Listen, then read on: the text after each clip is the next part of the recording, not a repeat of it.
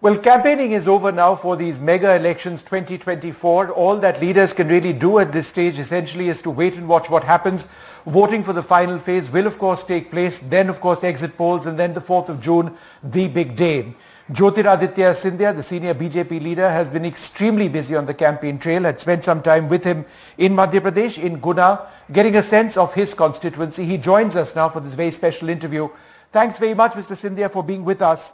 I suppose it's a bit of a moment for you to rest as well. You can only watch at this stage. A lot of the hard work has really been done for you and your party. But is 400 a realistic target? Because some would suggest that last time around, the BJP was saturated in the north of the country and the west of the country. Do you really expect gains now taking place in the south of India?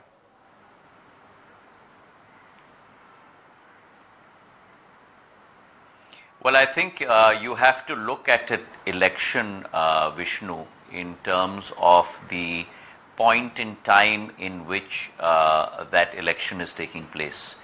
And if you look at 2024 and the 10-year record of Prime Minister Narendra Modi ji's government and the huge transformation that has taken place in this decade, equal to more than the 65 years of previous governments in independent India.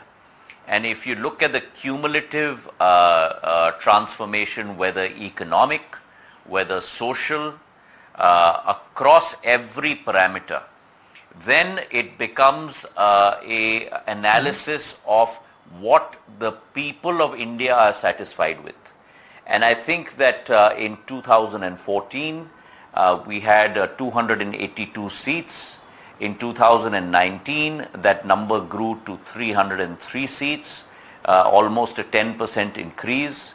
And I believe that that number this time around will exceed 400 along with our NDA constituents. Our gains, in addition to the consolidation one of the talking points, yes, our position in north of India and northeast will also be from South India. There are many states in which today the public has had just about enough of this Gathbandhan governments, riven with corruption, riven with mismanagement.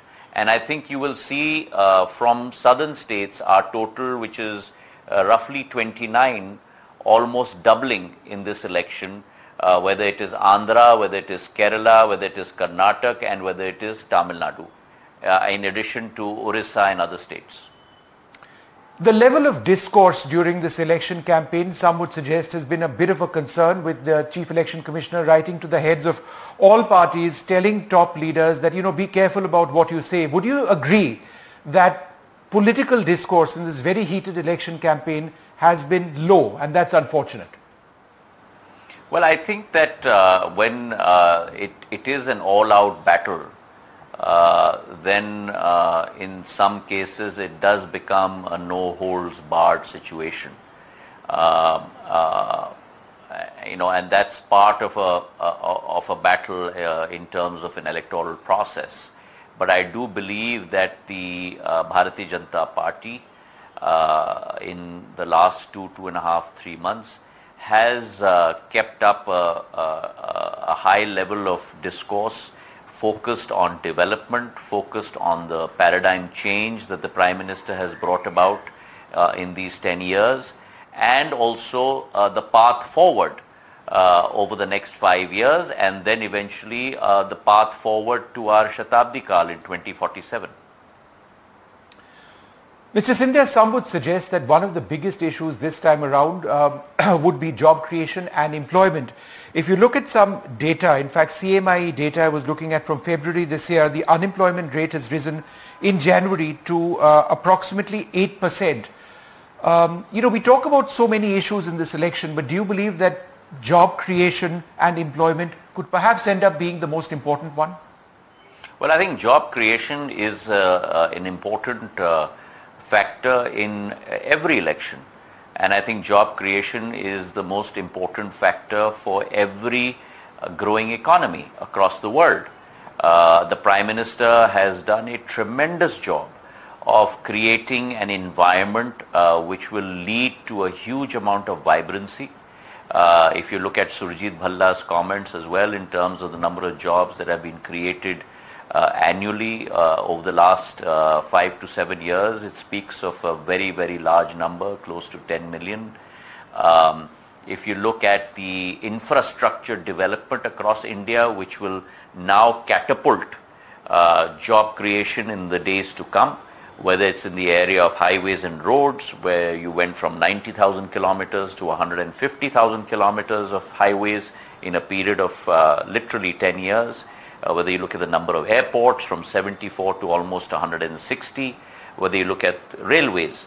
So the foundational steps have all been put in place for to be able to enable India to get that quantum jump going forward. Educational institutions have mushroomed from 7 new IIMs and 7 new IITs to 390 universities. Mudra loans, almost 43 crore loans have been given out, of which 70% have gone to women to create women entrepreneurship. Almost 100 unicorns have appeared on the horizon in India over the last 5 years. So a tremendous amount of entrepreneurship, job creation, skill development centers, all of that has been put in place. So I think India as a market presents a formidable opportunity for the rest of the world, not only because we will grow as a manufacturing base, but also because we have a huge consumption market within India itself. Unlike other economies which are mainly export driven, we are mainly domestic consumption combined with an export fillip to it, which presents India's opportunity. Mr. Scindia, without getting into the merits of any one case, the argument which has been made by the opposition that and another point I want to add coming up on the disproportionate is use that we have grown we have grown at 8% in the last we have grown at about 8% in the last fiscal, 7.3% the fiscal before, and mind you, this is coming off the back of COVID. And also the fact that we've grown from the 11th largest economy to the 5th largest economy, and by 2027 we'll become the 3rd largest economy in the world, taking Germany and Japan down a couple of notches and replacing them in the pecking order of the world. So India is now on a path of economic growth, and economic growth results in tremendous job creation, value creation within an economy, and I think there's nothing to stop India under Prime Minister Narendra Modi's leadership. Without getting into the merits of the allegations themselves, the opposition says that one of the key factors going their way is the disproportionate use of the agencies against their political leaders, and then there's been the entire Arvind Kejriwal case as well. Again, without getting into the merits of the case, do you believe that this could be a factor in the elections in affecting the mindset of voters? Not at all. Unlike other governments that used agencies and subverted democratic norms, those people are crying about democratic norms that imposed emergency on our country. And I think that if you look at even the track record of the retrievals by agencies over the 10-year period of the Congress government, it was a measly 35 lakhs.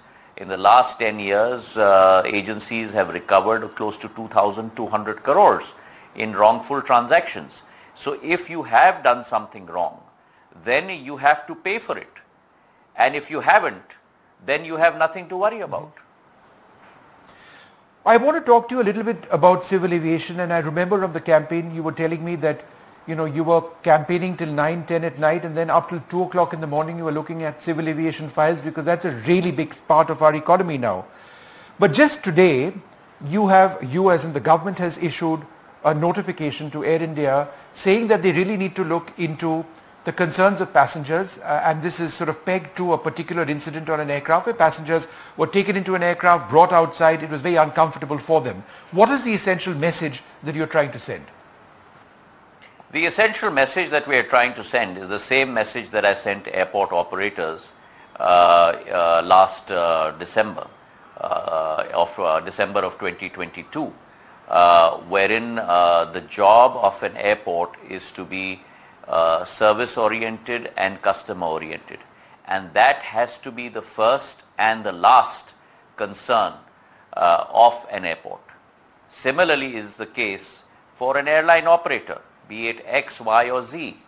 The fact that if you have a issue with an aircraft or an issue with the crew or an issue with the pilots, then it is important, first of all, to keep every passenger abreast of the latest evolving scenario.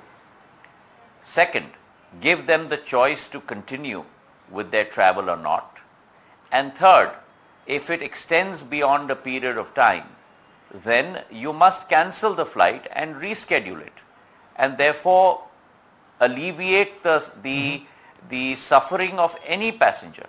And if any passenger has to wait for 8 hours, and mind you, the time period of 8 hours is the duration almost of a Mumbai-London flight or a Delhi-London flight, waiting inside the aircraft with no air conditioning or waiting inside the terminal with no facilities, unfortunately that is unacceptable to me.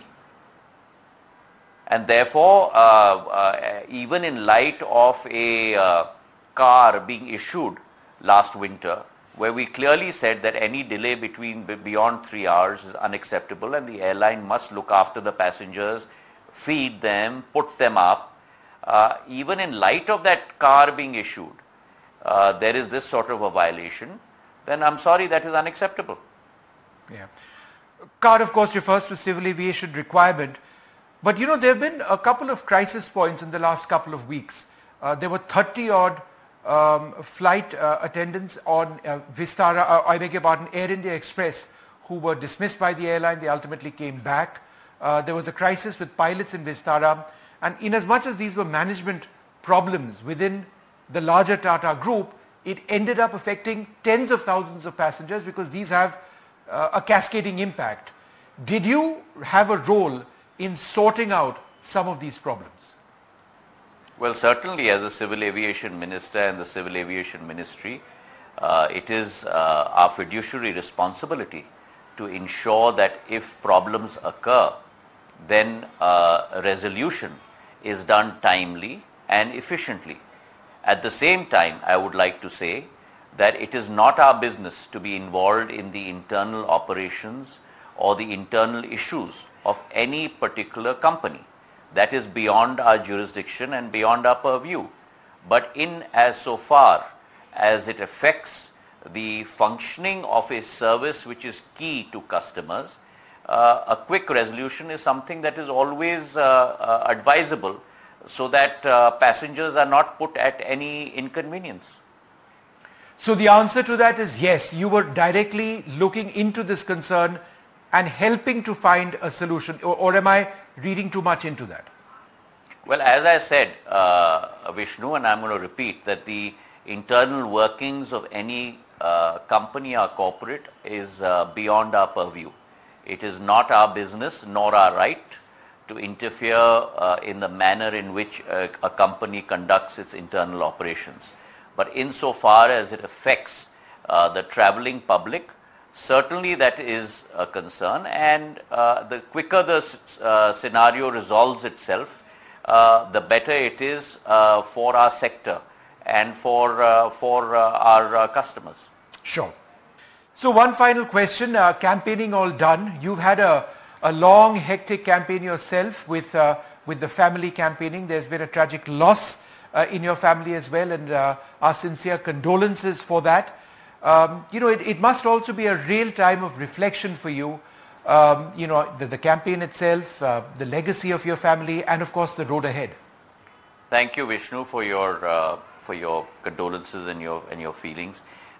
Yes, it certainly is. For me, every election is in as much as not an event, but it's part of a continuum, because I value the relationship that I have had and my family's had with the region. My resolve is to serve, to be able to provide a path forward of one that comprises of development and progress and stability for the region, and therefore certainly it's in as much as a reflection, also a certain level of if you will, nervousness in terms of the responsibility if that is given to me in this case on the 4th of June by the people of my region in terms of carrying it forward for the next 5 years. Jyotiraditya Scindia, thank you very much for speaking to us. Thank you very much, Vishnu.